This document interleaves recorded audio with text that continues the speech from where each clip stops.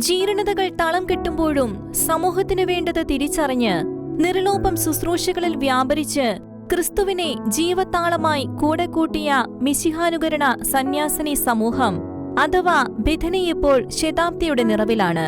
ധന്യന്മാർ Ivanios പിതാവിനാൽ 1925 September 21 Thiruvalla തിരുമൂലപുരത്ത് സ്ഥാപിതമായതാണ് ഈ സന്യാസിനി സമൂഹം.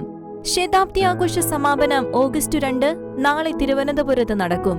രാവിലെ 8 പട്ടം സെന്റ് മേരീസ് കത്തീഡ്രലിൽ മലങ്കര കത്തോലിക്ക സഭ മേജർ ആർച്ച് ബിഷപ്പ് കർദിനാൾ മാർ ബെസീലിയോസ് ക്ലീമിസ് കാതോലിക്ക ബാവയുടെ മുഖ്യ കാർമ്മികത്വത്തിൽ സമൂഹ ബലിയർപ്പണവും തുടർന്ന് 10:30 ബെഥനി സന്യാസിനി സമൂഹം സുപ്പീരിയർ ജനറൽ മദർ ഡോക്ടർ ആർദ്രയുടെ അധ്യക്ഷതയിൽ നടക്കുന്ന പൊതുസമ്മേളനവും നടക്കും. കർദിനാൾ മാർ ബെസീലിയോസ് ക്ലീമിസ് കാതോലിക്ക ബാവ പൊതുസമ്മേളനം ഉദ്ഘാടനം നിർവഹിക്കും.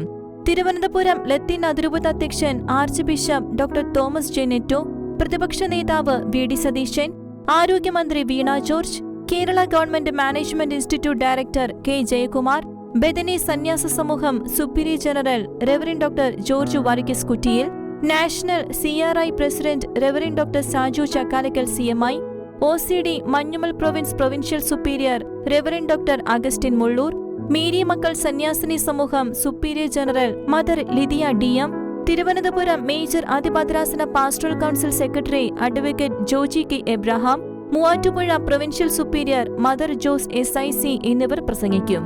സമാപന സമ്മേളനത്തിന് മുന്നോടിയായി ഓഗസ്റ്റ് 1 ധന്യൻ മാർ ഇവാനിയോസ് അന്ത്യവിശ്രമം കൊള്ളുന്ന തിരുവനന്തപുരം പട്ടം സെന്റ് മേരീസ് കത്തീഡ്രൽ ഖബർ ചാപ്പലിൽ മാർ ബെസീലിയോസ് ക്ലീമിസ് കാതോലിക്ക ബാവയുടെയും വചനപ്രഘോഷകൻ ഫാദർ ഡാനിയൽ പൂവനലത്തിന്റെയും നേതൃത്വത്തിൽ സുവിശേഷ സന്ധ്യയും ഉണ്ടായിരിക്കും. സമൂഹത്തിലെ ദുർബല മേഖലകളെ കണ്ടെത്തി സേവനം ചെയ്യുന്നതിലൂടെ രാഷ്ട്ര പുനർനിർമ്മാണത്തിലും സജീവമായി പങ്കുചേരുകയാണ് ഈ സന്യാസിനികൾ.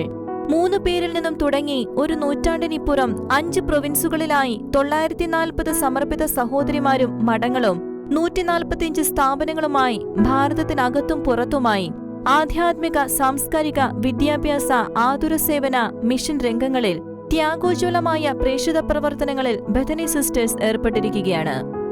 ഷിക്കന ന്യൂസ്, തിരുവനന്തപുരം.